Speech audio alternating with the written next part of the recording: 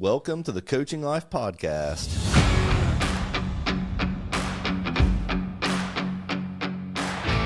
My name is Pat Martin. Here with my hang on, busy.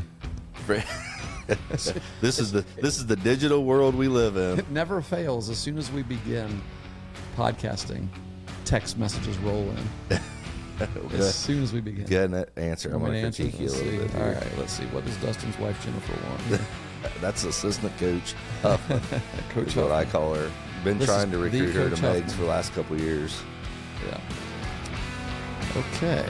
Well, I got to read this later, it looks like. So it looks like it's baseball related. It's definitely, yes. It's December.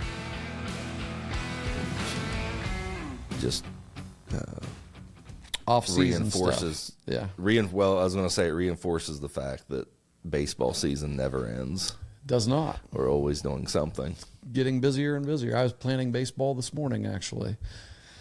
Looking at the American Baseball Coaches Association conference agenda and whose sessions I wanted to highlight and make sure that I did not miss, and then the OHSBCA conference agenda. Have you looked at that for this year? I have, yeah. This might be one of the best ones I've ever seen. Yeah. In terms of the lineup. Yeah. I like the way that on I don't know if you noticed, but our district meeting is in the afternoon on Friday. Oh, I didn't notice that. Yeah. It's not like 11 a.m.? Well, no. In the past, it's been like 8 a.m. And then the mini clinics would follow. Yes, the mini clinics are going to be right. first. Thing. So, I don't know. Do you like that? Because a lot of guys take off after that meeting. Well, and that's if the weather's bad too. Like last year, we were getting a snowstorm, and I think guys came to the league meeting and then. That's true. I never thought about that. Left. Yeah, I don't know that everyone would like it. I think I like the switch up. Well, I'll be honest with you. Last year, I was disappointed in myself for not staying because. You stayed for the mini clinics last year. Yeah, but not staying after that for some of the main sessions. I normally leave after the mini clinic. Yeah, I got used to you get in a pattern of leaving on Saturday or Friday, and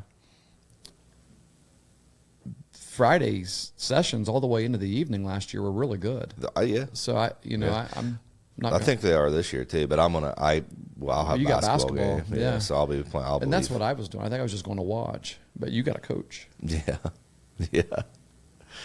I like is that your Megs? Is that your warm ups? This is not our warm ups. Yeah, but just a district or just a school group of people got together and did a fundraiser for Jesus One. Awesome. Jesus One shirts. And those are exploding.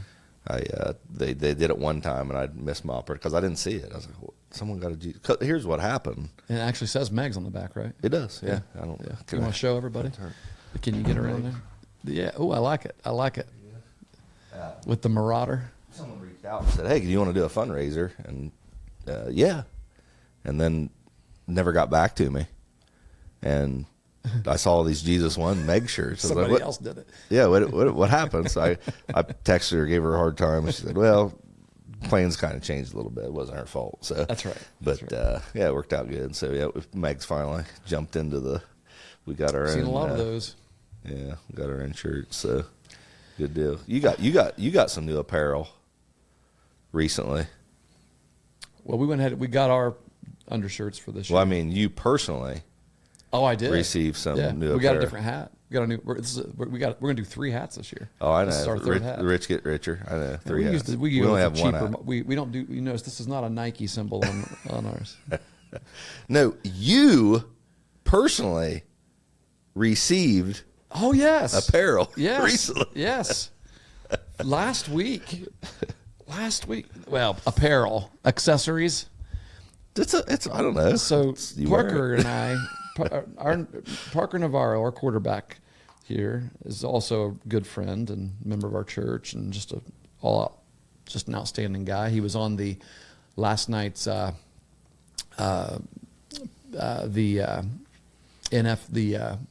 NCAA NAI award, the William V. Campbell award show on ESPN Plus last night. I missed that. Eli Stowers, the tight end from Vanderbilt, won it, but only 16 finalists And Parker is the finalist. was were invited to come out to Las Vegas for that award show, that's and cool. he was one of them. Yeah, so he. I've had a lot of people ask me, "Hey, Parker coming back next year?" And we'll have to find out. He's got to be awarded that 7th year. Won't you ask him? Won't you have Chris ask him? Yeah. He doesn't know if he's going to get to play a 7th year. Mm-hmm. That he had to appeal for it, right. So he's got to be awarded that by the NCAA. And I wouldn't be surprised if he did receive it, he still didn't stay here. Right? Like, I wouldn't be surprised if he said, I got a 7th year. I want to find someplace closer to home. He's from Tempe, Arizona, and he may want to test the waters there. So you never know. He might say, you know what? Let's come back and try to run another MAC championship. You might just started all kind of rumors there. Yeah. Exciting. Oh no, I mean, everybody knows that these are his options. You read these in every article and everything. So. But anyways. But anyway, last week when we met, he brought me this. Look at that thing. And it's heavy. It is. There. 2024 MAC championship. Yeah, ring. Last year's MAC championship ring. Pretty sweet. He sat down and he was like, so he's got his hands in his pockets. He goes, it's like, because we just meet every Thursday for just prayer and catching up, and he leads the team Bible study, so he'll go through it with me and everything. He's like, I got something I want to give you first, and I said, okay. And he pulls this thing out, and I went.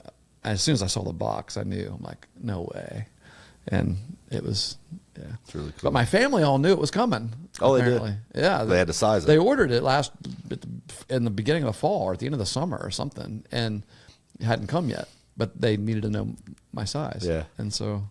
Yeah, so that's pretty cool. It's a pretty cool surprise. That is cool. And then in addition to that, I got yesterday another little surprise. Coach Covington called or texted and invited me to go to the bowl game, the Frisco Bowl. Oh, gotcha. I didn't know that's how it went. I feel like it'd have been a colossal mistake not to invite you. Oh, well, I appreciate that. Yep. Now, these bowl games are more popular. Like, how can I say this without sounding like a smart aleck? People who don't normally go to the football games and have interest in traveling to the games really want to go to this one. And so, like people in the higher up seats at the university, right? Yeah, I don't care. And so, so my seat, my spot got bumped the last couple of years for the bowl game. But apparently I've worked my way up somehow, and they now, I think, and honestly, Parker has a lot to do with that.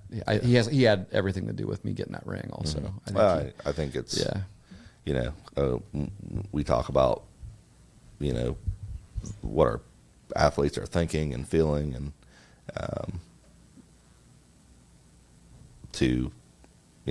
I think you have a big impact on a lot of those players with their mentality on game day, not just on game day, but throughout the week that leads up to game day too. So to me, I would, if I was the coach, I would definitely make sure you were there.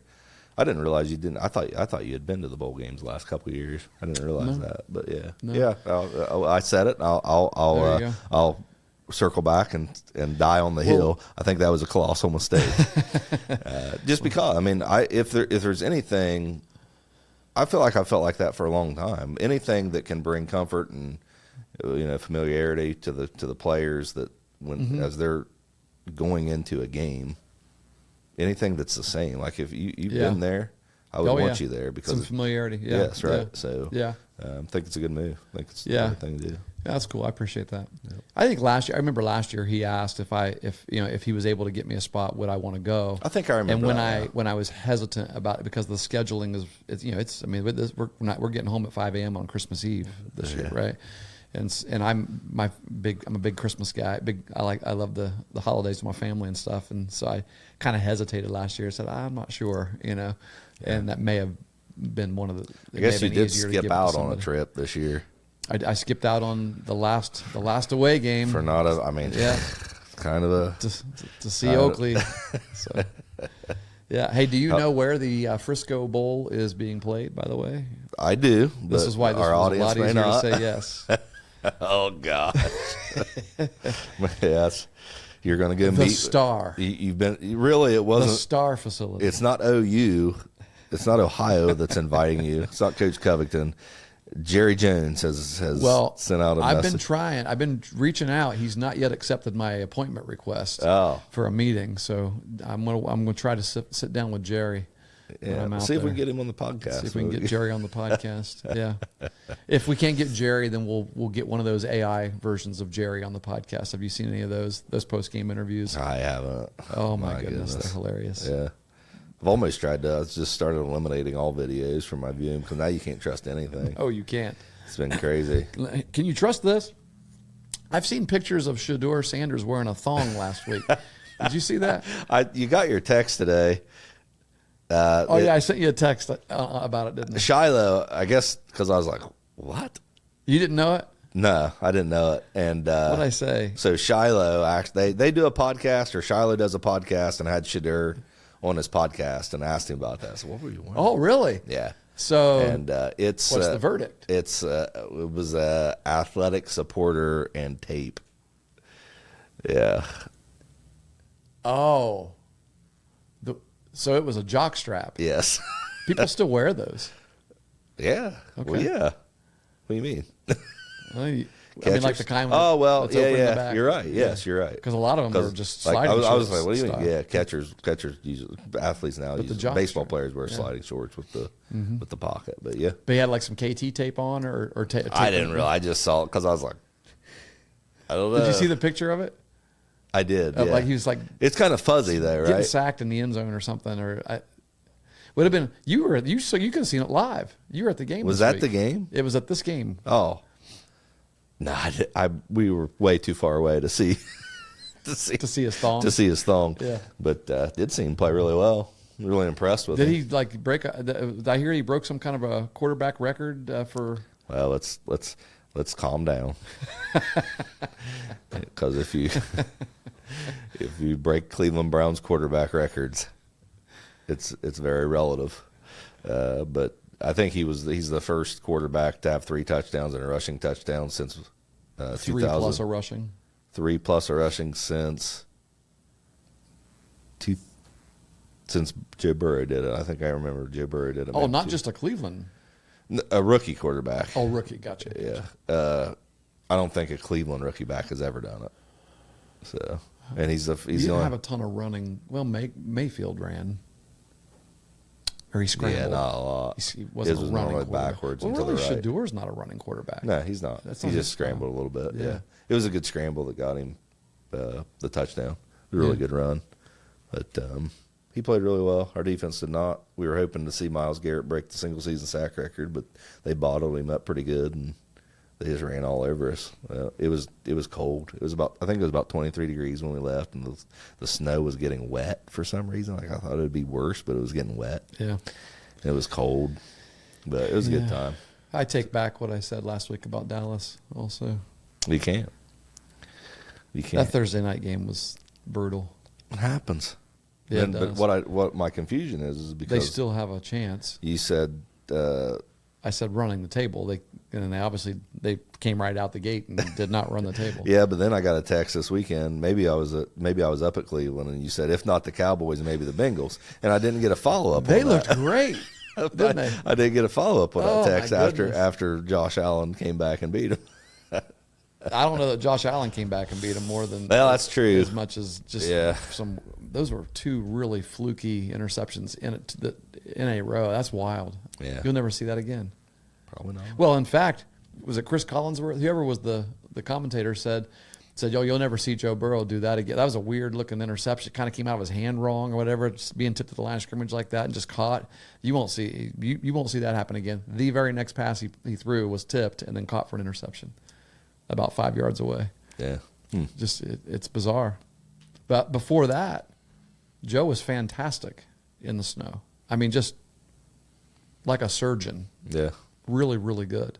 Yeah. Higgins was really good. The offense was really good, and the defense actually was good. and just the game just switched like that. Yeah. So the Colts is the next team to. That's your guys? Well, it's Coleman, Owen, and the Colts. That's and now someone that you can relate to. Grandpa Rivers. That's right. They're signing. They've signed Phillip Rivers. Phillip Rivers to come back coming and there play at 44 years old. Man. So, how old was Tom? I think he was 44. 44. What about Favre? I don't know. I don't remember. That's a good question. That Tom played until 44. Oh, yeah. Favre retired a few times and came back. That's true. Yep. Did Tom retire before he went to Buccaneers? He just went to the Buccaneers. Yeah, I think he did. Did he retire? I think it was a retirement. I can't He remember. didn't get traded. No, but his contract was up. He might have just signed as a free agent. I think he announced his retirement. That's right. Yeah. Yes, he did. Because it was like on Yep. a phone or something like that. Yep, that's right. So, I don't know. Yeah. Anyway. So anyways. Oh, one more football thing, real quick. I sent this to you because we have a topic No. today. Hold up. We'll get to it. Oh, you want to make it part of it? I do. I have a segue. It here. fits somehow. So Okay. you got to fix your hat. Is it sideways? Yeah. Grab your sleeve here. Oh, I got something on me. All right. Tag on it. What are you doing? Fix your watch. Here, let me look. Your watch. Yeah.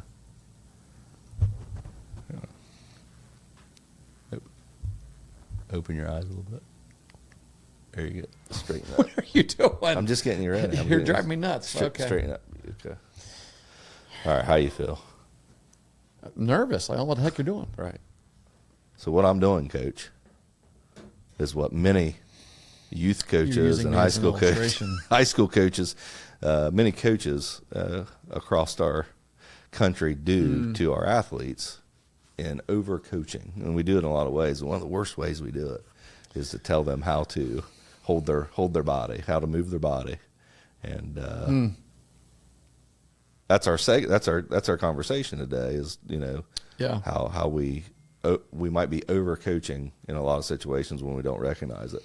And I think That's a big topic. one of the segue, you were going to bring it up a minute ago. We have some college football teams that have decided to not accept bowl invitations, right? And there's a lot of perspective on that right now. Of is that the right thing to do, or isn't? Maybe there's a lot of perspective on if it's right. There is, I think, and there may be a lot of different reasons even for them deciding. I've read about some people's perspectives on that. Being the changing climate and atmosphere of college football in general, where you have the end of the season at the conference championships, or even the week before, if you're a team that didn't get in the conference championship, and then several weeks open before bowl games begin. I know some bowl games begin earlier, but you still have a long layoff. And then if you play in one of those, you're preparing for that. But now you also have the variables of coaches or players leaving, coaches leaving, the transfer portal. You're not sure what your roster is. You may not know what players you're going to play. Your team may look completely different in the bowl game than it has all year. And then the big one that I read was coaches are basically saying they're weighing what's more valuable to us, preparing for this bowl game in that scenario of it's not really our team, or getting ready for next year, right, so that we can make the playoffs. And right. So that was one that I read and went, yeah, I can see that. But it's not the feeling I got for why Notre Dame decided to not. I felt like they were butthurt and basically said, we're going to show you. Right. Well, that's definitely what they did. And not take a bowl game. Because they know that in some way that there's a monetary deficit that happens because they choose not to play the bowl game. We're just going to show you guys we don't need it. But I would even say, those coaches thinking that way. I think you have guys on your roster that are going to be back next year. Yeah. And to compete in a a high profile game like that is an opportunity that you can't replicate in practice or that's how spring or anything like that. Parker got his opportunity in the Myrtle Beach Bowl a couple years ago. Yes, very good. And played fantastic. Yes. And it's like, okay, there's your next starting quarterback. Yes, good point. Great point. Because Curtis hit the transfer portal. Yeah, so I think, that talking segues, I feel like these coaches, when they're making those decisions like that might be overcoaching a little bit. I'd be thinking. Now, Notre Dame is set aside. I don't even think, in my opinion, I think their argument's off. I think Miami should be in. So Miami, yeah, in theory, they didn't do enough to get in. Knock Notre Dame out. Right. I don't think should be in. The problem was that Notre Dame was above them. And Miami didn't play in the selections, and neither one of them played. Right. And then they switched. Right. So, what was the difference? Right. Like, I think this committee screwed up by having Notre Dame above them to begin with. Probably. Sure, because Miami beat Notre Dame, right? Yeah. So I think Miami's good. I don't think that's the argument. Quality. I don't think Tulane should be in. Yeah, I don't either. I don't think James Madison should be in. Yeah. The only reason they're in is because they won their conference tournament. So why isn't Western Michigan in? Western probably give those two teams a pretty darn good game. There you go. Right? It should be the top 12 teams that are voted in. Yeah. The system was the always... AP poll basically shows you who the top 12 teams are in that country. Well, but they have a separate college football ranking, that they Right. vote on. Which what's what it was with the 1 and 2, right? And no one would ever agree. Well, 3 should be 2. Yeah, exactly. Right? 2 should be 1, 3 should be 2, whatever. Then we expanded to 4. It's funny, we expanded to this to 4 and then 8 and then 12 because of these problems. But when we expanded to 12, we changed everything. That's true. Because if you remember last year, what was the scenario? Ohio State. Oh yeah, got beaten but someone was ranked number 1 in the country and weren't going to be the 1 seed because they didn't win a conference. One team was going to end up like maybe it was Michigan that was number 2 or something like that, and they were going to automatically be the 5th seed because the 4 conference winners got to be the buys, right? And that's stupid. Yeah, that doesn't make any sense. It should continue to go off the seeding. And it should. I feel like that should be the way it is now. And Tulane wouldn't be in. James Madison wouldn't be in. Notre Dame would be in, and then another team would be in. I don't know. Probably Alabama. Did Alabama get in? Oh yeah, they got in. Alabama didn't move. Who didn't get in? BYU. BYU. BYU got spanked in their conference championship, and they got punished for it. Alabama got spanked in their conference championship and stayed right where they were. Did not move an inch. Yeah, so that's why I'm saying, forget all this. Take the conference championships into your evaluation that you seed the teams with, but leave all that out of the conversation. Here's our top 12 teams: 1 seed, 2 seed, 3 seed, 4 seed, 5 seed. Right. How did you come up with? How did this team get to be 8 and not 9? Well, they won their conference championship. We took that into consideration, but it shouldn't be an automatic. Yeah, it should stay. And if it's going to be an automatic, they should come up with some different rules around that. And like you said, any conference, then winning your conference gets you into the tournament. Let me read you a quote from a different coach, another perspective. This is a good one. This is head coach Clark Lee. Is that how you say his last name? From Vanderbilt. I'm not sure. Someone asked him about how they feel about not making the top 12, the playoffs. And his answer was, that's no one's fault except our own. We had our opportunities and we didn't do enough. We are not victims in this process. Our ownership is in coming up short. Yeah. So they're taking ownership of where they're at. Yep. And I think we had our chances. I think you could say this for Notre Dame that, I would have liked to have heard something like that come out of Coach Freeman's mouth. Yeah. At some point, maybe he did, and I just missed it. But Miami beat him twice, right? Is that how? I don't know. I hear that. Yeah. I don't know. They beat him. Miami beat him. So if you beat Miami, same thing. Ohio University. Yeah, we were in the same boat. We were, and and we had a very similar situation of getting left out because of the tiebreaker scenario. Yeah, it's very weird. Like, Miami, who everybody looks at as the fourth place team, was playing against the first place team. Yeah. And the reason why people were saying Miami is the fourth place team is because the second and third place team, Toledo and Ohio, both beat Miami head to head. Right. And so you got three teams that have the exact same conference record. They completely eliminated the head to head and went to the third tier of tiebreakers, which means Miami, who had the higher winning percentage, the higher winning percentage of teams that they beat, I think, because they actually gave Western their only loss in the regular season. Yeah. And then Western took care of business. But the reason we don't championship. get what we want is because we didn't beat Ball State. Yes. And we should have. Yep. And everybody in the program will tell you that. Sure. That Absolutely. They own that. Yeah. So yeah. There was no whining from Ohio people. Yeah. At least within the program. Sure. Right. Yeah. So I mean, these are opportunities to, I think, get a little bit mentally stronger that, Notre Dame's probably not getting right now because of the decision that they made. And I'm sure it just was. It's not solely a football decision. No. There's also the argument that the only way you're going to get anything to be changed from an NCAA perspective is to do something. Take that like kind of a stand. Yeah. But, what's the cost? And the cost now to me is you've got a bunch of kids that don't have the opportunity to play in a bowl game. And that's unfortunate. You've got seniors that are going to be leaving the program that don't have their shot, and probably kids that never got a chance to play in a bowl game. Mm-hmm. For one reason, maybe this is their first year of actually getting significant playing time or whatnot. Yeah, aren't going to be able to play in it too. And to me, I don't know. Right.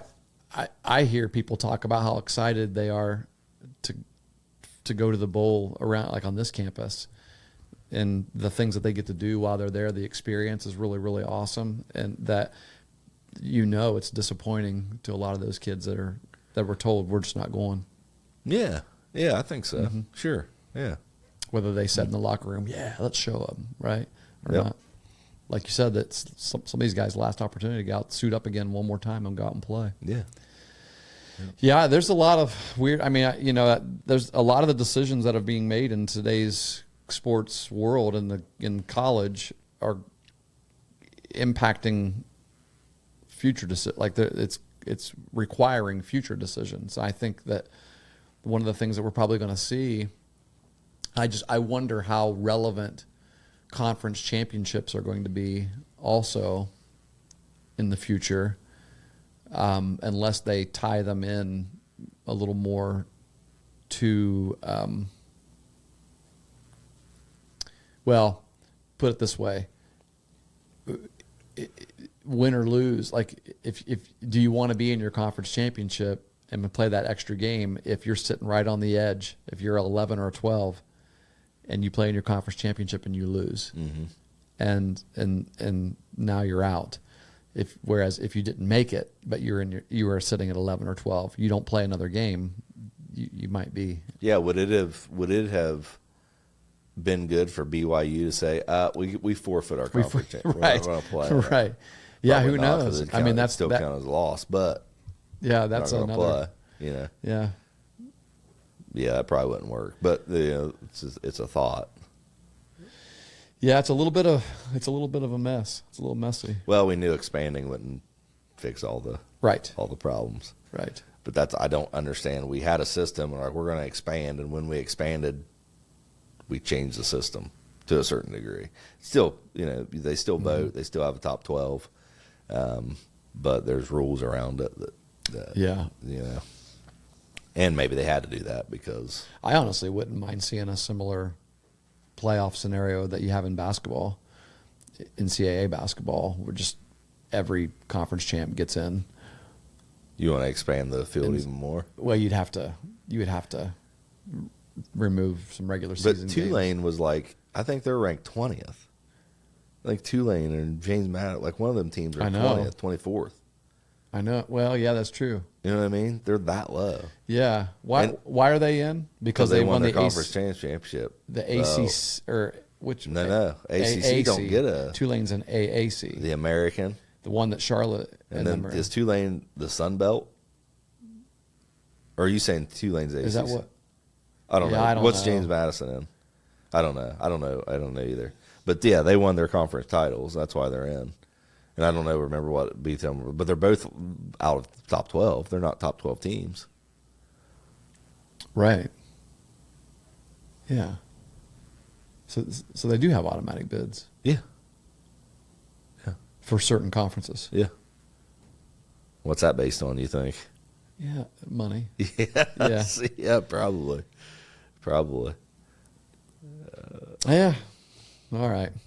We got more exciting things, relevant things to talk about here. Overcoaching. Justin Roush is texting me right here during our podcast. He is. And he never texts me. Yeah, you getting like 100 texts there a second ago while you were trying to talk. I don't know who even sent it. He is inquiring about podcasting issues here. Oh, interesting. Yeah, maybe we could answer it for him. Have you ever listened to Justin's podcast? I have. Yep. Yeah. Tim and his pal does a good job there. Okay, that's an easy question. Justin, I'll get back to you as soon as we're done, which means that you'll have your answer before you even hear our podcast if you still listen to us. So our topic today Yes. is the overcoached athlete. Are we giving our kids too much information? I've got a statement for you Okay. that to shape the conversation here for the next. We've been talking for 30 minutes already. Have we built a generation of athletes who want answers instead of solutions? Think about that.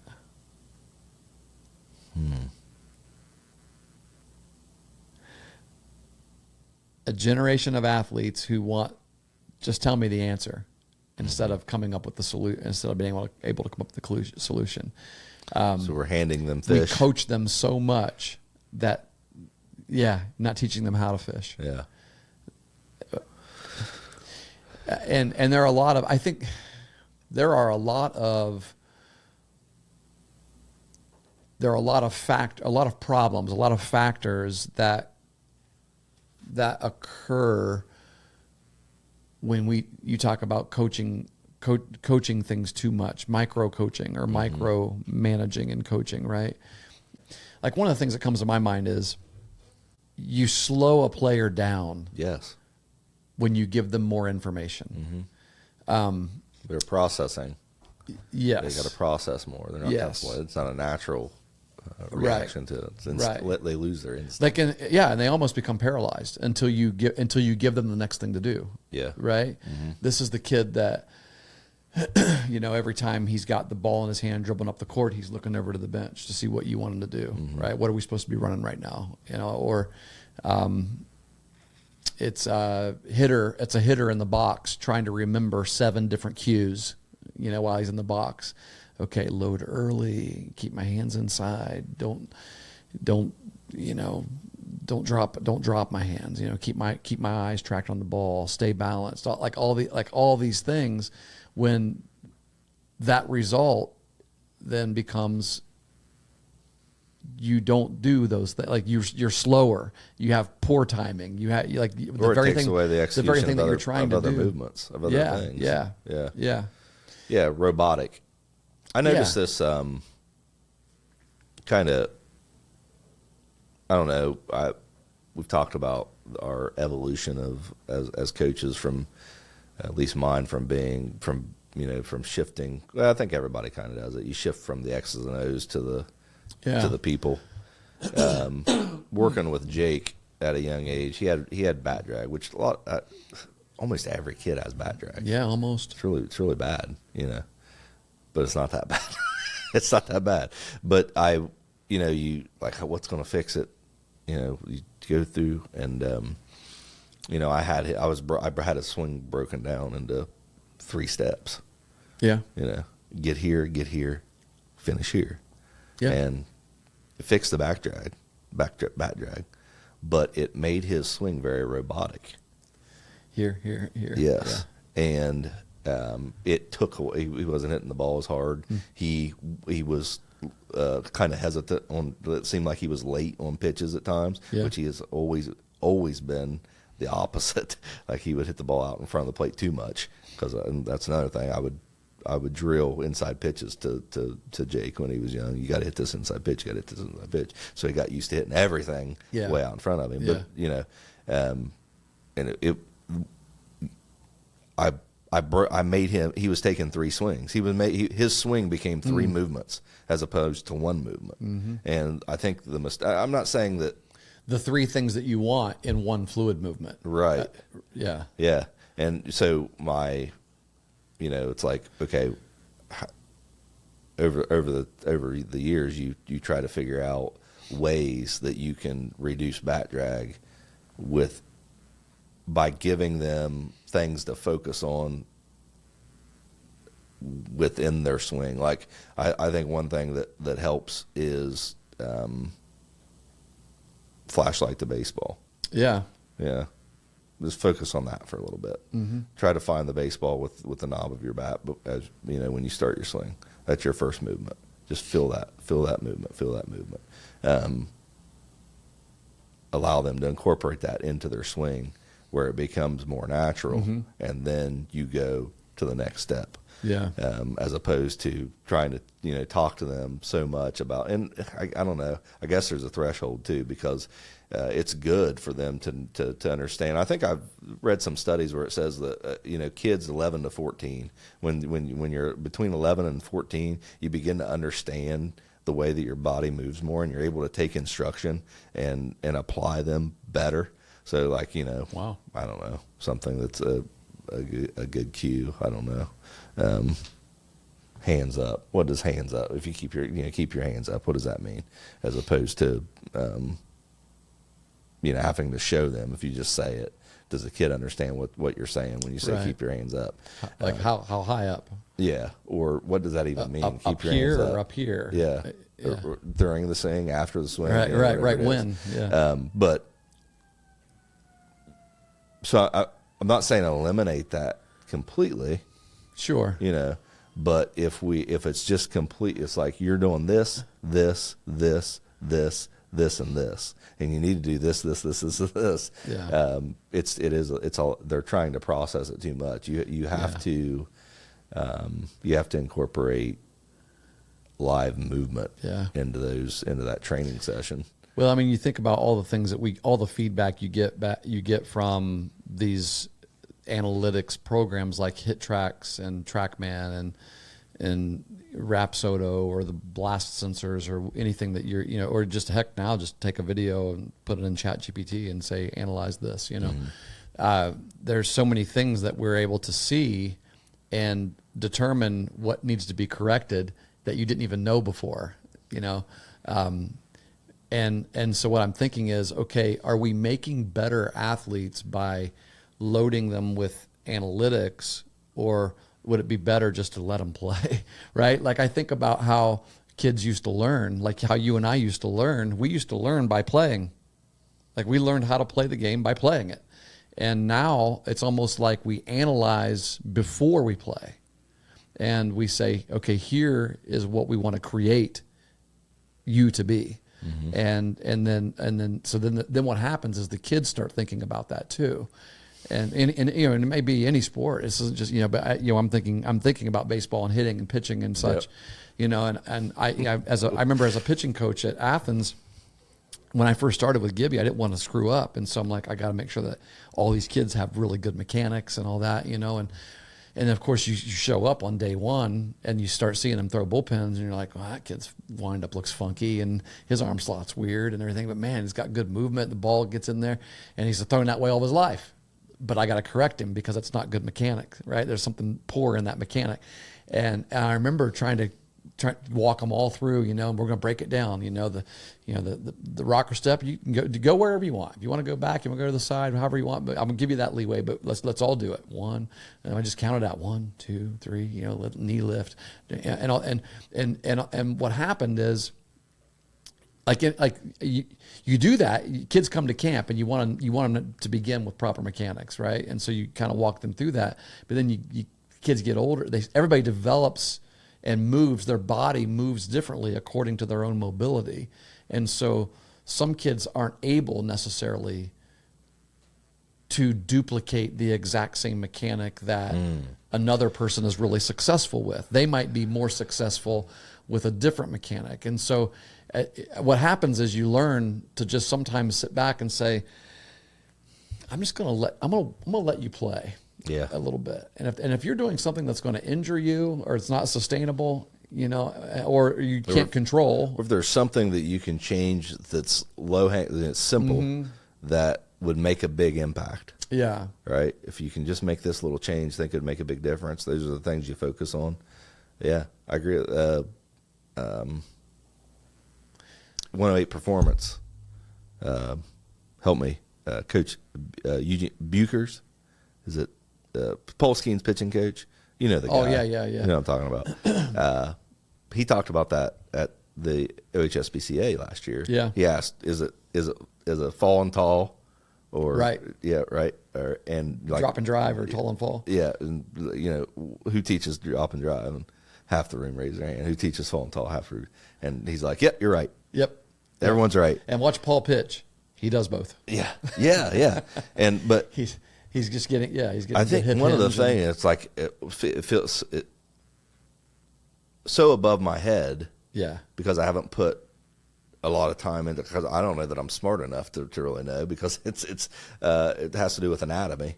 And I feel like you'd have to be able to do studies on each individual athlete to know it. But you know, some athletes' hips move different than others. Their shins move different. Yep. You know, they have more flexibility, less flexibility, and they're never gonna change that. Like that's, you know, it's bone structure and things like that. And depending on that, that's you need to teach them this way. You need to teach them that way. Right. So like, unless you're really getting in depth. You know, and having someone that's able to break that down, your body movement, your body type, and what's inside of you, it's kind of dangerous to do, know, to change them up. Right. But, and you know, you see these videos. I think Coach Allen,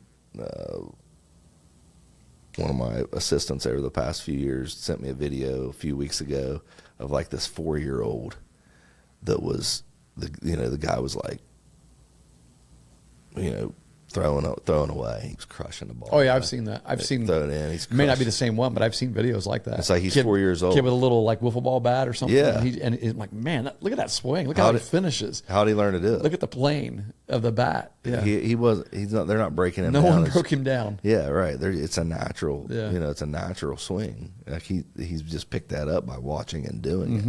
And we skipped that. You know, a long time ago. I wonder what episode it is. I gave a theory.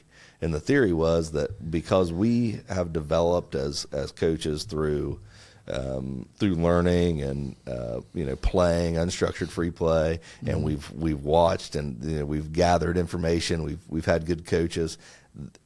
When we have kids, we know where we want that kid to be, and we know they need to do certain things to be that. But that experience that we're teaching them is our experience and not their experience. Yeah. And we're eliminating their ability to develop on their own. Yeah. So we're taking some of that development away from them that ends up hurting them. We are removing the very thing that we got to experience, which allowed us to be where we are in the game that we now coach. Right. Because we learned by playing. And you remember the story that I told a while back also about the young man who was at the same he was at the same showcase that Brock went to at Wright State University when they were in high school, between junior and senior year of high school. And this young man played at Marietta High School, a team that we had been battling with in the district and the regional Brock senior year. One of the greatest baseball games ever played. Oh man, I agree. In high school, yeah. But this guy, so I met this guy's dad in the stands, and you know, he's up there like reading a book or something, and I've got my Athens hat on, and I saw Isaac come over and talk to him. Isaac Danford's kid's name, and he came over, and his dad gave him a Gatorade or something. And so I said, "Hey, are you Isaac's dad?" And he said, "Yeah." And he's like, "You coach at Athens?" I said, "Yeah." I said, and Brock is my son down here, and we were just chatting a little bit. And so we were talking. He's like, we were talking about, you know, what all other showcases they've been to and all that, and it came out to where he finally said, "I actually don't know anything about baseball." He said, I'm not an athlete, and I didn't play, and but I really enjoy watching Isaac play. And I said, wow, that's really interesting. And it actually ended up, I talked about this in my book, in Building Champions, because it was fascinating to me, the difference in the way that guy handled just that day. He didn't know what to look for. He didn't know what his son was doing well or not doing well. Like, yeah, by then he obviously, I mean, this kid played baseball his life, but he didn't, it wasn't like, it was just like, if he does well and he's able to play in college, good. If not, no big deal to me. It just wasn't part of who this guy was as a dad. He was literally just being a dad. And so I picked his brain a little bit about it. You know, I'm like, so basically your kid just grew up loving baseball. He's like, yeah, he just always loved it. And he was fortunate to be on good teams, coached by, good people in the Marietta League and all that. And yeah, it didn't come from him. But I remember it being a moment for me where, at least from a familial standpoint, like a dad to a son, that kid definitely wasn't overcoached. He wasn't coached at all by his dad. Like, his dad provided for him. I'm sure he bought him gloves and bats and balls and probably went out and threw with him, but couldn't coach him because he didn't know. Yeah. And I'm telling you what, the kid was a stud. He ended up playing shortstop at Marietta College for 4 years. All he could really do was be a fan of his son. Yes. And support him. Yeah. And in turn, that nurtured the love of the game for his kid.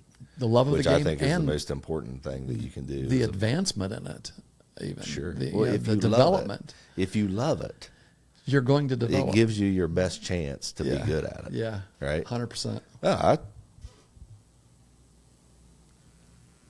Gavin Stewart. Yeah. He loves it. Wasn't a great 10-year-old baseball player. A lot better high school baseball and player. Continuing to, yeah. But he loves it. Right. And he loved, what he loved? He loved it. He was a great teammate. You know what I mean? Yep. Was a great role player. Yep. Like he developed out of a love for doing, for the game and doing the right things. Yeah. And you have a dad or a mom that is encouraging you to do those things. That's your best chance. Yeah. To go anywhere with 100%. Anything that you do. Right. Not just sports, but anything that you do. It's about how much you love it. Yeah. Because that's what's going to drive how hard you work at it. Yeah. Yeah, and we kind of get that twisted sometimes. We want to motivate our kid. You need to work harder. Well, you need to love it more. Right. How do we make them love it more? Right. So we miss that a lot of times. And I also wonder within this topic if the working harder. I mean, obviously, we know that hard work is required. But are we working harder at the right things? Mm-hmm. Because we talk about overcoaching. I tend to think also about some of the micro training things as well that we build into our sports. Mm-hmm. Like I think about, like kids who are getting formal lessons. Like I'm not against those, obviously, and not against personal instructors and things like that. And as opposed, I'm more about, like you are, unstructured play. Like open gym, I think provides a lot more development than just going in and shooting off a pitchback thing or whatever. What do you call that thing? That rebounding machine that shoots it back to you. I can't remember what they call it. Like, you ever see a kid that can go and light it up with that thing, just work around the perimeter and, and catch and shoot, and then they go in a game and they can't compete, can't hit anything because you got somebody in your face. It's a different feel. It's a different feel. It's the same exact kid that just crushes the ball in BP, right? But as soon as you get in the batter's box and a pitcher's actually trying to get you out, as opposed to a coach just throwing it to you, it's different. It's different, and that's what we're talking about. I guess is like there's a difference between a basketball player. I go back to basketball who is perfect in trainer drill moves, right? But then the defense on the floor doesn't ever look like those cones were shaped that we went around. I'm not saying those drills aren't important, but sometimes we spend a lot of time on those things and then we get frustrated in a game situation because it doesn't translate. And it's not, why doesn't that player look the same. Like, man, he hits the ball like crazy in practice. Why can't he hit in the game? Well, because we're not putting him in situations that are like the game. He may have hit 100 balls this week, but they were all lobbed at him, or they were all pitches he knew were coming. Right. And he wasn't competing. So that's just one aspect of it, I think. Yeah, and when you're breaking things down into movement, that changes too. So it's one thing to perfect a movement a few times. Yeah. In a session, a training session. It's another thing to be able to go out and do that in the chaos of competition. Because then it requires instinct that's not required in the drill. And that's another thing that I think you can add to the equation of, okay, what's important to work on? Because we know that, to change a movement habit in our body, you have to do it the correct way 10,000 times. Yeah.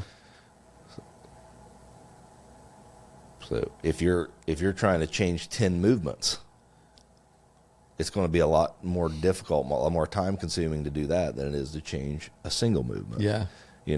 Or maybe there's something that, your kid's almost got that isn't great at. You can attack that first and change that part of their game instead of saying, oh, you're not doing this, and this.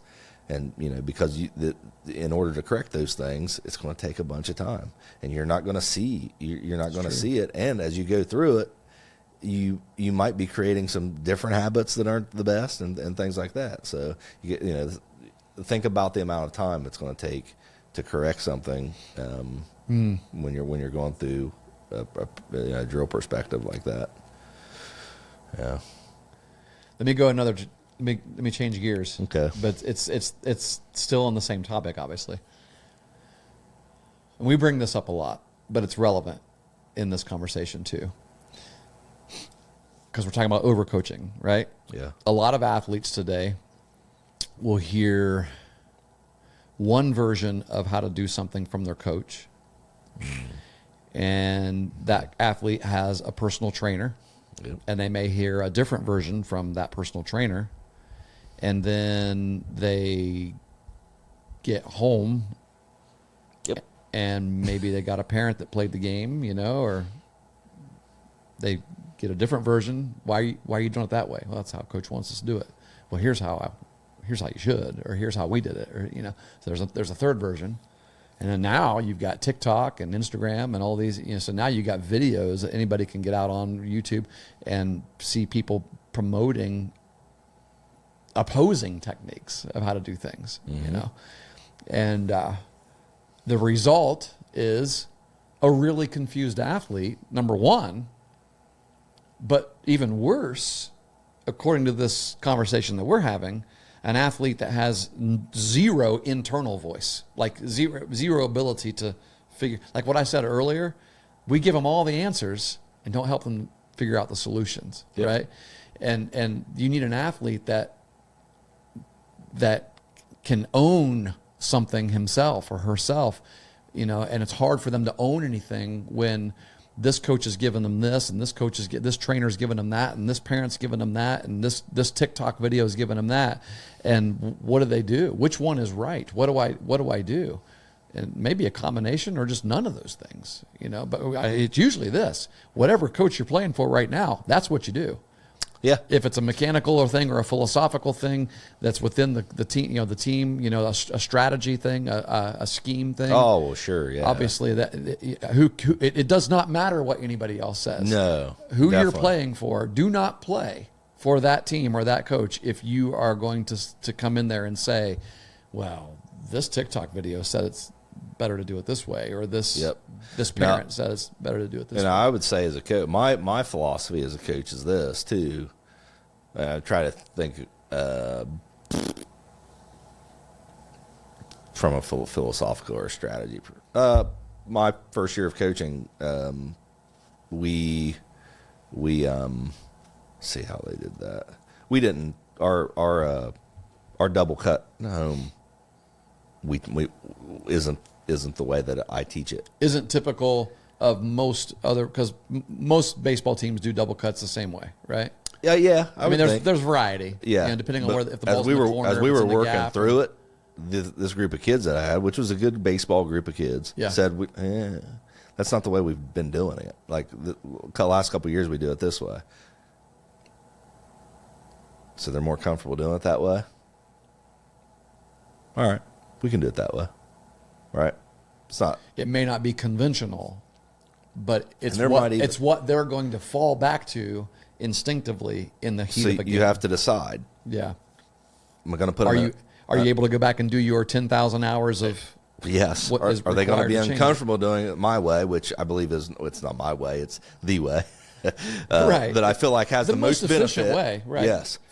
Or is it better for them to do something they're comfortable with and maybe be inefficient to a degree in certain situations, but still be the best for them at it in most situations? So I go to another. I agree with that. Yeah. And I've had it from a mechanical perspective. I've seen kids I know that works with someone and have a completely different hitting flaw from a movement perspective than I do. And I don't like that. I want you to try to do this. And they would do it. And then maybe a week later, they frustrated said, "Can I go back the other way?" Yeah. You go back the other way. Yeah. Because hitting, sports it comes in general. back to what I was saying. Like there's a war now within them, right? Because maybe the other coach isn't being as amenable to them doing something a way that isn't necessarily the way that they want you to, I want you to do it. And so what's going to put them in the best position to compete? The issue is the kid. It's not the way I teach it.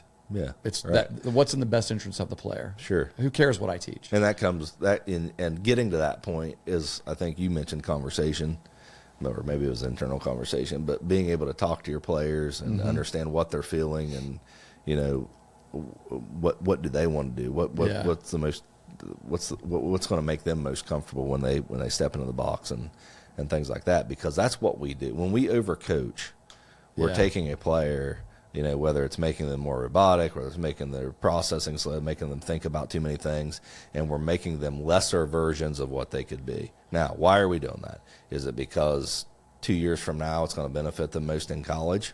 Okay. So you weigh that. Is it because it's the way that we know that it should work, but we're talking about a senior that isn't going to play college baseball, and they do produce a little bit for you the way they do it? Yeah, maybe those are the ones you want to stay away from. Yeah, you know what I mean. Yeah. So I guess the why becomes important. Why are we trying to change them, and then our ability to change them to be the most efficient. Because I've said it before, you can have the perfect swing. You can do things perfect. If your middle approach isn't there, you're not going to be very good at it. Yeah. The opposite is. And if you're not a competitor, you've got to compete. Yeah. And so we don't want to do things that prevent you from being able to compete at your highest level. If you have a great approach, you don't have to have great mechanics. It helps. If you have great mechanics, great approach, you're better. You're going to be great. Yeah, you'll be better if you have them. But one's a necessity and one isn't. Yes. You can't walk up. You can't be successful in sports without a good mental approach. Yeah. You have the best mechanics in the world, and you still got to be able to compete. Yes. And you can have a little bit of success if you don't have great mechanics, but you compete. So it's which weighs more. Yep. Well, the competing part does. The mental part does. Yep. Yeah. Yep. For sure. Yeah. I mean, reality is, and when it comes from a coaching standpoint, as we talk to coaches here on this podcast a lot, what we're saying is that the coaches that are probably, we'll say it this way, the best coaches simplified. They simplify, they don't add. They simplify more. Yep. They don't add more. I think as coaches, sometimes we feel the pressure to be able to teach something that the kids don't already know, give them something that they, I want them to be able to go home and say, I learned something new today, or this coach is different, right? They gave us this, and we've never done it like that before, and that means it's better. Be a hero. We all want to be a hero, or it's like I think, when I say simplify, not add. I remember when I was coaching youth football we weren't having much success. And one of the reasons we weren't having much success is because we were trying to fit the kids that we had into a scheme that wasn't working for the type of athletes they were. And we were trying to do what our high school team was doing, which was they were spreading it out, and you know how Athens used to play, and our kids were not like that, and we didn't have the personnel for that. But I thought, well, we got to do it like that because that's what Coach Adams will want them to do when they get to high school. So I talked to Coach Adams. He's like, no, man, whatever's going to help them win. That's what I want them to be, as winners. And so I'm like, all right. So we went to single wing. The only time anybody in Athens, I think, has ever played because we didn't have a quarterback necessarily. We didn't have anybody that could actually be a quarterback, but we had big kids. They weren't a lot really fast, but we knew we could gain 4 and 5 yards a carry by going to single way, just running it all the time. But we knew we were going to be limited, but it's youth also. And I remember before we got to that decision and just completely simplified it and only had we ended up running maybe 8 plays the rest of the season.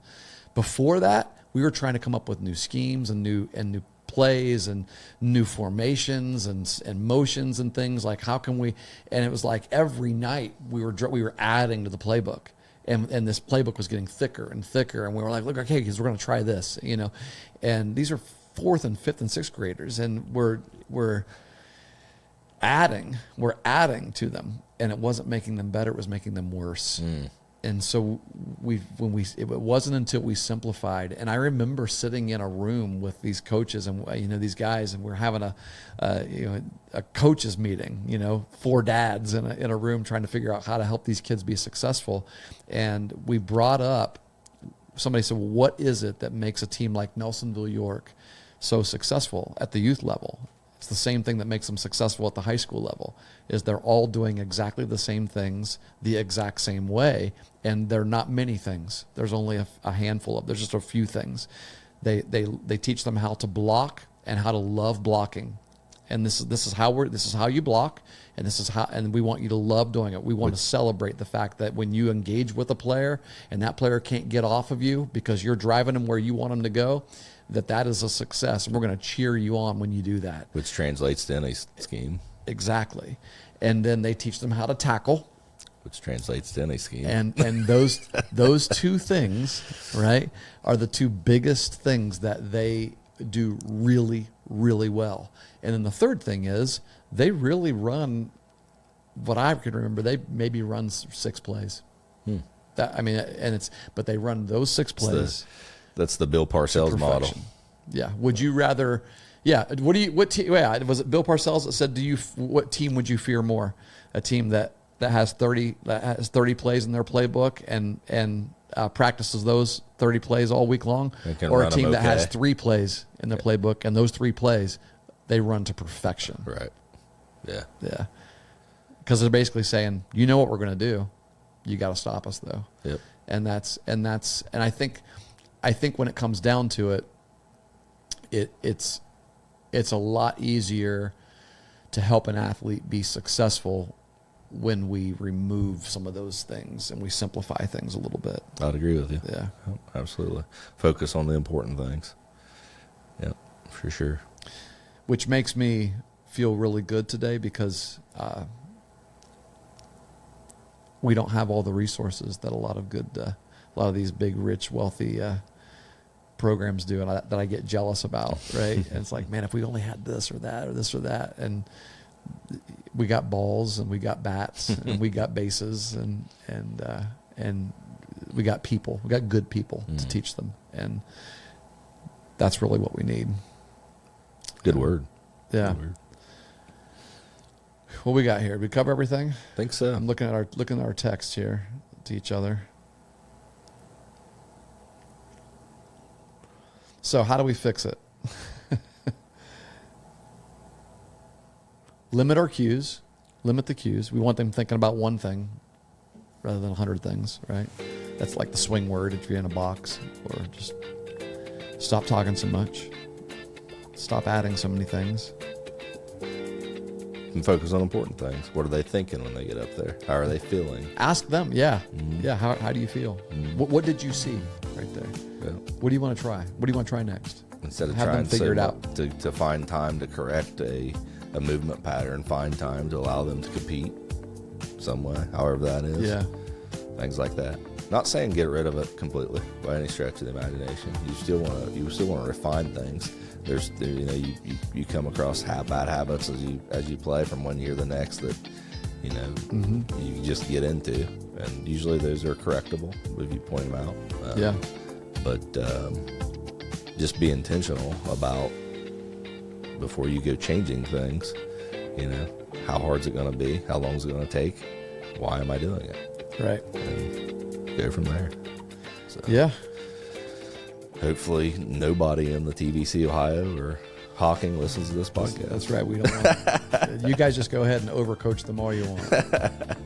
Spend a lot of time with those little drills, and only everybody in the TVC Hawking, I only want you to do coach pitch BP. That's all we ever want you to do. Right? Don't ever do live bullpens. Yeah. So, see everyone next week, maybe? Back next week. You can do it again next week, right? Yep. What's today, the 10th? Yep. Friday the 19th is when Christmas is the following week. So Yep. Christmas We'll be Eve. good. Good See you deal. next week. Let's do it.